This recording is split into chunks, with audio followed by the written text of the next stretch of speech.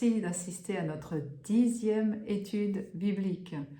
Aujourd'hui, nous allons parler de Babylone. Alors, qui ou qu'est Babylone et quelles sont ses caractéristiques? Babylone n'est-elle pas dans le passé? Ce sont des questions pertinentes et qui demandent notre attention. Rappelez-vous d'imprimer votre leçon qui se trouve dans la boîte de description ci-dessous. Prions maintenant.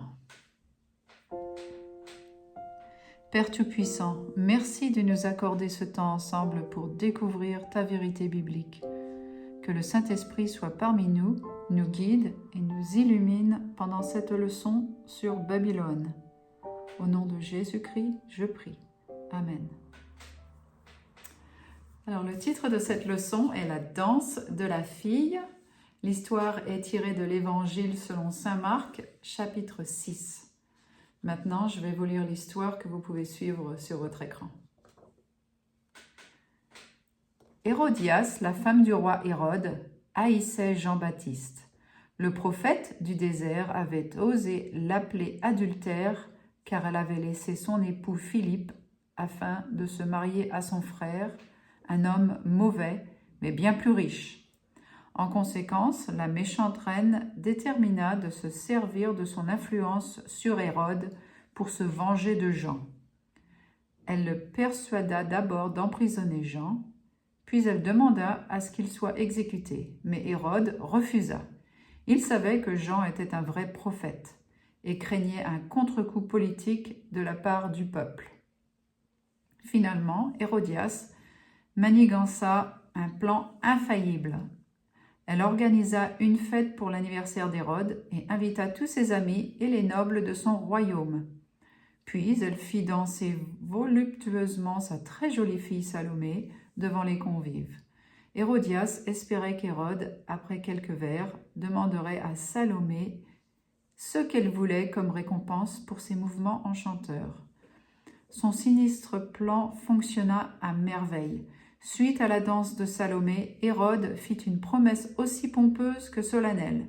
« Ce que tu demanderas, je te le donnerai. Serait-ce la moitié de mon royaume ?»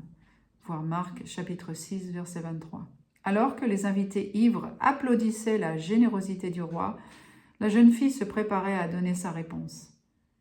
Puis elle choqua tout le monde en demandant la tête de Jean-Baptiste sur un plateau. Hérode fut stupéfié par l'horrible demande, mais remarqua que tous ses amis, bien que choqués, attendaient de lui une réponse. Craignant de paraître faible à leurs yeux s'il refusait, le roi orgueilleux en donna l'ordre à contre-cœur. Le même jour, Jean, le puissant prophète, fut décapité dans sa prison. Alors, voilà l'histoire. Oui. Donc, les histoires bibliques se répètent toujours, surtout vers la fin des temps. Donc, commençons notre étude maintenant avec question numéro 1. Quel autre père de l'Ancien Testament, composé d'une mère et de sa fille, persécuta le peuple de Dieu? Alors, vous la connaissez par nom. Alors, on va voir dans le premier livre des Rois, chapitre 18, verset 13, et ensuite, deuxième livre des Rois, chapitre 11, verset 1. Alors, la Bible nous dit dans le 13e verset, « Jézabel tua les prophètes de l'Éternel ». Et dans le deuxième livre des Rois, chapitre 11, verset 1, on a déjà vu ce nom dans une étude lointaine, au tout début. Athalie, voyant que son fils était mort, se leva et fit périr toute la race royale.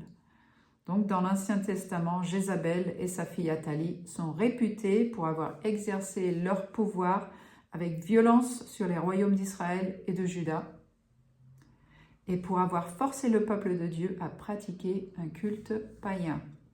Donc, voilà les réponses. Jézabel et Athalie. Question numéro 2.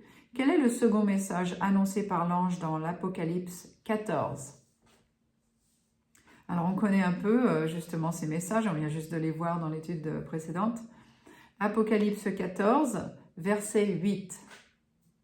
La Bible nous dit « Un second ange suivit en disant « Elle est tombée, Babylone, la grande, qui a abreuvé toutes les nations du vin de la fureur de sa débauche. Donc le second message nous dit que Babylone est tombée. La note nous dit Apocalypse 14 contient un urgent message en 3 parties qui doit être annoncé au monde entier avec la seconde venue de Jésus. Dans cette leçon, nous étudierons la seconde partie de ce message. Dieu accuse Babylone d'avoir enivré toutes les nations de son vin toxique. Cette leçon abordera les sujets directs et peut-être inquiétants pour les croyants, catholiques ou protestants. Souvenez-vous que le second message donné par l'ange provient de Jésus, celui que nous aimons tous. Ouvrez votre cœur à sa vérité, car son seul désir est de vous sauver et de vous bénir. Amen. Question numéro 3. Comment Dieu symbolise-t-il Babylone dans Apocalypse 17? Alors allons dans Apocalypse chapitre 17, verset 18. La Bible dit « Et la femme que tu as vue, c'est la grande ville qui a la royauté sur les rois de la terre. » Donc, comment Dieu symbolise-t-il Babylone? C'est une femme. Et rappelez-vous qu'une femme, dans les prophéties, ça correspond à une église. Donc, l'église... quelle église? Nous allons voir ça. En prophétie biblique, une femme symbolise une église. Une femme pure représente la vraie église de Dieu, telle qu'elle est décrite dans Apocalypse 12. Une femme infidèle représente une église qui s'est éloignée des Écritures. Nous pouvons être certains de l'identité de cette femme, car Apocalypse 17-18 nous dit qu'elle était au pouvoir lorsque le livre d'Apocalypse fut écrit. L'histoire nous dit que la Rome païenne, voir Luc chapitre 2 verset 1, était celle qui régnait à cette époque et qui finalement transféra son autorité, sa capitale et son pouvoir à la Rome papale. Donc voilà, le Babylone c'est une femme, c'est une église. Alors, regardons question numéro 4. Là, il va y avoir beaucoup de preuves donc, qui tournent nos yeux vers une église spécifique. Quelles autres preuves trouvées dans Apocalypse 17 démontrent que Babylone se rapporte à la Rome pontificale? Alors, tout est dans Apocalypse 17, donc on ne peut pas se tromper. Alors, regardons. A. Elle est coupable de blasphème, donc ça c'est le verset 3. B. Elle est vêtue de pourpre et d'écarlate, donc de pourpre et de rouge. Verset 4. C. Elle est appelée la mère. Verset 5. D. Elle a des filles prostituées qui sont également déchues. Verset 5. E. Elle persécuta et martyrisa les saints. On a vu ça dans une étude précédente, pendant 1260 ans. Verset 6, F, elle est assise sur 7 montagnes. Verset 9, G, elle règne sur les rois de la terre. Verset 18, donc ça ne peut être aucune autre église, mais celle de Rome. La note nous dit la Rome papale correspond à chacune de ces descriptions. Son siège est à Rome, la ville aux 7 collines. L'écarlate est la couleur des robes des cardinaux. Et le pape porte souvent la couleur royale pourpre pour d'importantes fonctions. L'Église catholique romaine admet librement qu'elle persécuta les saints pendant le Moyen-Âge et régna sur les rois de la terre. Pour preuve que la papauté est coupable de blasphème, révisez la leçon numéro 13. Oui, donc comme je le disais tout à l'heure. La symbolique de Dieu lui convient parfaitement. Une église mère déchue dont les filles déchues protestèrent et qui par conséquent furent appelées protestantes. Remarquez cette remarque faite par Père James A. O'Brien, traduction.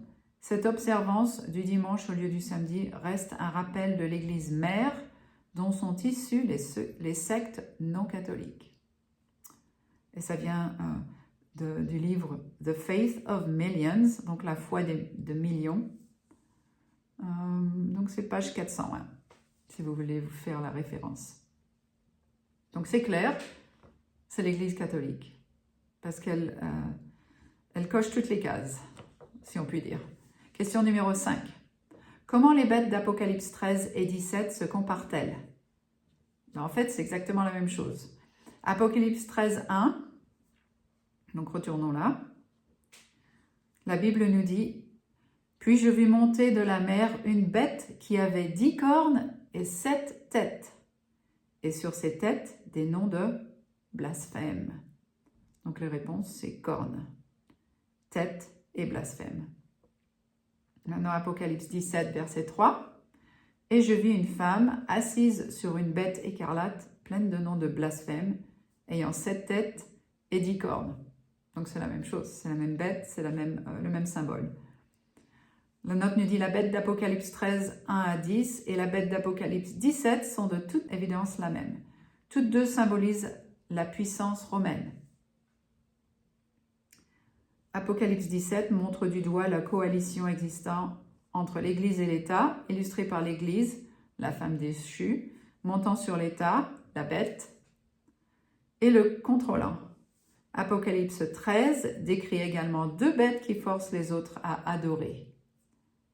La première bête est la même puissance représentée par la mère des prostituées, donc la papauté, décrite dans Apocalypse 17. Cette leçon révélera prochainement l'identité de la seconde bête. Question numéro 6. Quelle est l'origine du mot Babylone et que signifie-t-il? Allons dans le livre de la Genèse, chapitre 11, concernant la tour de Babel, la construction de la tour de Babel. Et on va regarder versets 4, 6, 7 et 9.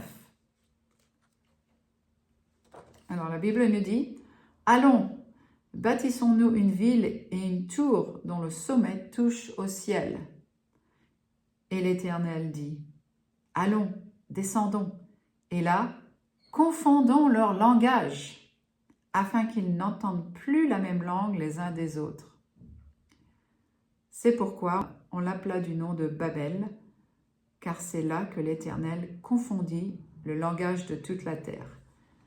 Donc les termes, comme disent la note, les termes Babel et Babylone signifient tous deux confusion. Le nom provient de la tour de Babel, construite après le déluge par des païens provocateurs. Ils espéraient construire une très haute tour afin qu'aucune autre inondation ne puisse la recouvrir. Mais le Seigneur confondit leur langage. La confusion fut telle qu'ils durent abandonner leur projet. Plus tard, Babylone devint un empire universel idolâtre qui persécuta le peuple de Dieu.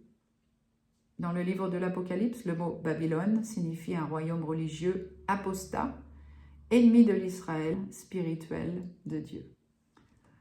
Donc voilà. La Babylone, donc ça veut dire confusion. Ça veut dire que c'est ce qu'elle apprend, ce qu'elle enseigne, c'est la confusion. Et ça représente donc l'Église catholique. Question numéro 7. Comment Dieu décrit-il Babylone alors qu'il presse son peuple d'en sortir? Apocalypse 18, ce coup-ci, chapitre 18, versets 2 à 4. La Bible nous dit « Il cria d'une voix forte, disant « Elle est tombée, Babylone la grande. Elle est devenue une habitation de démons, un repère de tout esprit impur. Sortez du milieu d'elle, mon peuple, afin que vous ne participiez point à ses péchés, et vous n'ayez point part à ses fléaux. » Donc Babylone est vraiment décrite comme déchue. Elle est tombée, une habitation de démons, esprit impur, et ceux qui pêchent, surtout celle-là, l'Église catholique, elle va recevoir les fléaux à la fin des temps. La note nous dit « Dieu dit que Babylone est tombée et qu'elle est devenue la maison des démons et des mauvais esprits. » Il nous avertit que les péchés de Babylone sont si graves qu'elle doit être détruite. Le peuple de Dieu doit sortir rapidement de Babylone, sinon il sera détruit par ses fléaux. Oui, donc, dans toutes les dénominations, y compris l'Église catholique, Il y a des gens qui veulent suivre sincèrement Dieu et faire sa volonté. Donc, ils vont entendre la voix de leur Père, qui leur dira de sortir pour se retrouver avec un seul berger et un seul troupeau. Question numéro 8. Jésus accuse Babylone à plusieurs reprises d'abreuver le monde de son vin. Que représente ce vin? Alors, Apocalypse 17, verset 4, va nous donner la réponse. La Bible nous dit « Elle tenait dans sa main une coupe d'or remplie d'abominations. » Donc voilà, le vin, abomination, qu'est-ce que ça représente? Sa coupe de vin est remplie de mensonges enivrants, voir Proverbe 12, 22, ou de faux enseignements qui rendent les gens spirituellement ivres. Donc la confusion de doctrine. Voici une liste partielle de ces séduisants mensonges. Êtes-vous prêts? Il y a une sacrée liste. A. Les 10 commandements ne sont pas irrévocables. Voir leçon numéro 6. B. La sainteté du dimanche. Voir leçon numéro 14. C. L'enlèvement secret. Voir leçon numéro 3. D. L'immortalité de l'âme. Voir leçon numéro 9. E. Les tourments éternels de l'enfer. Voir leçon numéro 10. F. La confession des péchés aux prêtres. Voir leçon numéro 13. G. De faux baptêmes. Voir leçon numéro 11. Et H. La confusion des langues. Voir leçon numéro 23. La triste vérité est que la personne qui accepte les messages de Babylone devient spirituellement ivre et pratiquement incapable de comprendre ce que dit réellement la Bible. Car ces fausses doctrines diminuent l'aptitude de celle-ci à comprendre la vérité. Donc si vous êtes dans cette église, sortez de cette église. Priez et demandez à Dieu de vous montrer le chemin. Moi, c'est ce qui m'est arrivé assez rapidement. Je vous l'ai dit dans une leçon précédente, que quand j'ai trouvé la vérité tout de suite, j'ai dit je ne peux pas rester dans une église qui ment. Donc je suis partie. Question numéro 9. Quelle est la puissance qui soutiendra la bête à la fin des temps? On est toujours dans Apocalypse chapitre 13, versets 11 et 12.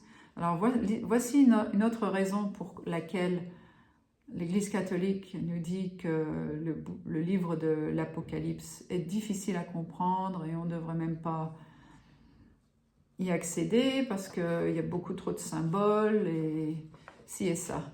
C'est parce que justement, le livre de l'Apocalypse nous dévoile qui est la première bête et qui est Babylone. C'est pour ça qu'ils ne veulent pas qu'on voit ça, qu'on étudie ça.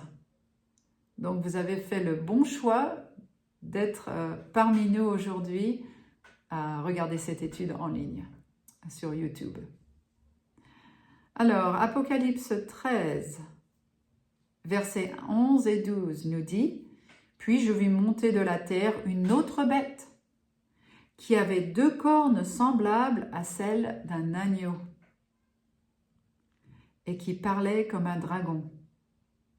Elle exerçait toute l'autorité de la première bête en sa présence et elle obligeait la terre et ses habitants à adorer la première bête dont la blessure mortelle avait été guérie. »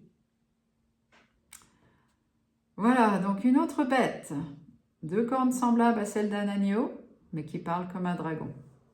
Alors, on va regarder tout ce que cela veut dire. Alors, préparez-vous, la note nous dit. Attachez vos ceintures. La seconde bête d'Apocalypse 13 représente les États-Unis d'Amérique. Alors, voici les preuves. A. La période de son ascension. Dieu décrit cette puissance comme se présentant à peu près à la même période où la première bête est mise en captivité et reçoit sa blessure mortelle. Donc c'était après 1798.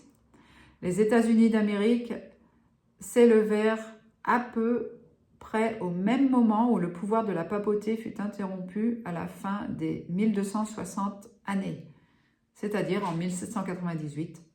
Les États-Unis d'Amérique déclarèrent leur indépendance en 1776, votèrent la Constitution en 1787, adoptèrent la Déclaration des droits en 1791 et furent distinctement reconnus comme étant une puissance mondiale en 1798. Donc ça, c'est la première chose. La période de son ascension, 1798. B. Elle s'éleva de la terre. Tout comme nous l'avons étudié précédemment, les eaux, desquelles montent la plupart des royaumes, les bêtes, représentent une région très peuplée. Donc dans ce cas-là, la terre représente le contraire. C'est désert, c'est isolé. Les États-Unis correspondent parfaitement à cette description car ils furent établis sur un continent très peu peuplé. C. Elle a 2 cornes comme un agneau. En matière de prophétie, l'agneau représente Jésus et la corne représente le pouvoir. Les 2 grandes cornes symbolisent les principes protestants sur lesquels les États-Unis d'Amérique furent fondés. La liberté civile et religieuse. Les fondateurs s'enfuirent de l'Europe afin d'échapper à la persécution religieuse et politique. Ils établirent une société fondée sur les principes de liberté civile et religieuse, un gouvernement sans roi et une religion sans pape. Voilà. Donc, la puissance, dans la deuxième bête, une autre bête, ce sont les États-Unis d'Amérique. Question numéro 10. Selon la prophétie, quel changement radical aura lieu en Amérique? Alors, Apocalypse 13 toujours, verset 11 ce coup-ci. Donc voici une nation qui est douce comme un agneau, mais, verset 11 nous dit, et qui parlait comme un dragon. Alors ça c'est contradictoire, un agneau qui parle comme un dragon. Alors regardons la note. Parler comme un dragon signifie que les États-Unis, sous l'influence de Satan, renieront les principes protestants de la séparation de l'Église et de l'État, qu'ils avaient adoptés lors de leur fondation. Ils établiront des lois religieuses qui forceront les gens à adorer contre leur conscience, sous peine de sanctions économiques et finalement de mort, voir versets 16, 17 et 15.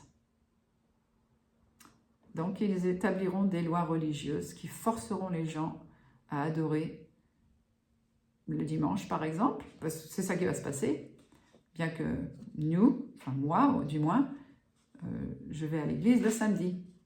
Donc la force, on sait toujours que ça vient de Satan, parce que Jésus ou Dieu ne force jamais notre conscience, il nous laisse choisir.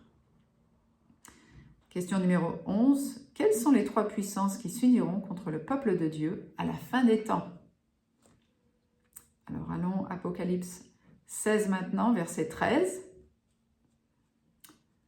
Donc encore du symbolisme là. Je vis sortir de la gueule du dragon, de la gueule de la bête et de la bouche du faux prophète 3 esprits impurs, semblables à des grenouilles. Alors, quelles sont les 3 puissances qui s'uniront? On va voir quels sont les 3 esprits impurs. Donc, le dragon représente, comme on l'a vu tout à l'heure, Satan, voir Apocalypse 12, 9, œuvrant à travers les religions païennes. La bête d'Apocalypse 13, versets 1 à 10, représente la papauté. Le faux prophète d'Apocalypse 16 est le protestantisme apostat de l'Amérique, qui est également la puissance représentée par la bête d'Apocalypse. Donc apostat, ça veut dire qui est infidèle, infidèle aux lois de Dieu. Qui est également puissance représentée par la bête d'Apocalypse, possédant 2 cornes comme un agneau, mais qui, plus tard, parle comme un dragon. Et là, franchement, on est en plein dedans. Ça, c'est la vérité actuelle. Avec ce qui se passe aux États-Unis et le gouvernement qui prépare des lois pour forcer les gens à retourner à la moralité. Donc, ils vont forcer la moralité religieuse sur les gens, sur la population. Alors, elle est la puissante qui fait des grands prodiges et qui séduit les habitants de la terre par des prodiges qui lui étaient donnés d'opérer en présence de la bête. Apocalypse 13, 13, 14. Comparez cette description à celle du faux prophète donné dans l'Apocalypse 19, 20. Ça, on pourra faire ça après l'étude. Et donc voilà, le dragon, Satan, la bête, donc c'est la papauté, et le faux prophète, l'église protestante d'Amérique, qui est impure, disons, infidèle. Question numéro 12, on approche la fin. Ces diverses organisations se réuniront-elles réellement? Alors, si la Bible nous dit que certaines choses vont se passer, il faut bien le croire. Apocalypse 16, verset 14. Allons voir ce que la Bible nous dit dans ce passage. « Car ce sont des esprits de démons qui font des prodiges et qui vont vers les rois de toute la terre, afin de les rassembler pour le combat du grand jour du Dieu Tout-Puissant. » Donc oui, non seulement elles se réuniront, mais elles se prépareront pour la grande bataille, le grand combat. Donc là, la note nous dit oui, Dieu dit qu'elles s'uniront. Remarquez qu'elles sont unies dans leurs œuvres qui visent à propager de faux enseignements et à fomenter une conspiration contre le peuple de Dieu. Le combat du grand jour de Dieu Tout-Puissant et la guerre que fait le dragon au reste de la postérité de la femme constituent le même événement. Donc voilà, si la Bible nous le dit, c'est que c'est vrai. Question numéro 13. Quelles sont les méthodes efficaces qui seront utilisées par cette coalition de la fin des temps?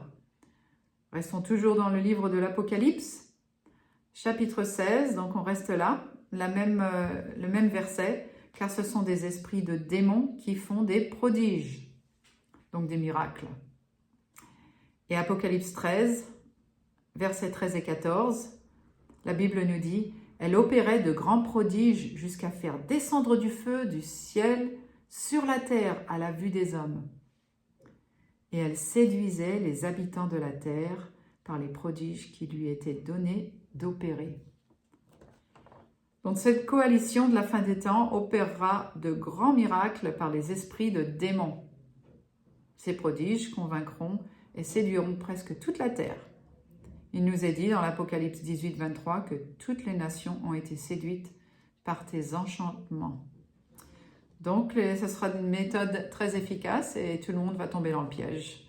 Sauf ceux qui sont en harmonie avec les lois de Dieu et sont très très familiers avec la Bible. Donc, question numéro 14, qu'est-ce qui empêchera le peuple de Dieu de la fin des temps d'être séduit? Ésaïe, chapitre 8, verset 20. On l'a vu plusieurs fois dans des études précédentes. Ésaïe, chapitre 8, verset 20 nous dit « À la loi et au témoignage, si l'on ne parle pas ainsi, il n'y aura point d'aurore pour le peuple. » Donc, il n'y aura pas de lumière. Donc, les enfants de Dieu devront tout examiner par rapport à la Bible. Ils ne seront pas séduits, car ils examineront les miracles et les enseignements afin de déterminer s'ils viennent des esprits de démons ou du Seigneur. Nous avons fini notre étude. La question d'appel maintenant. Aujourd'hui, Dieu appelle son peuple à sortir de Babylone et à aller vers la sécurité que propose son Église du reste. Il dit que ceux qui restent dans Babylone prendront part à ses péchés et recevront ses fléaux. Au temps de Noé, seules 8 personnes entrèrent dans l'arche de Dieu, fournie pour leur salut. Tous les autres périrent.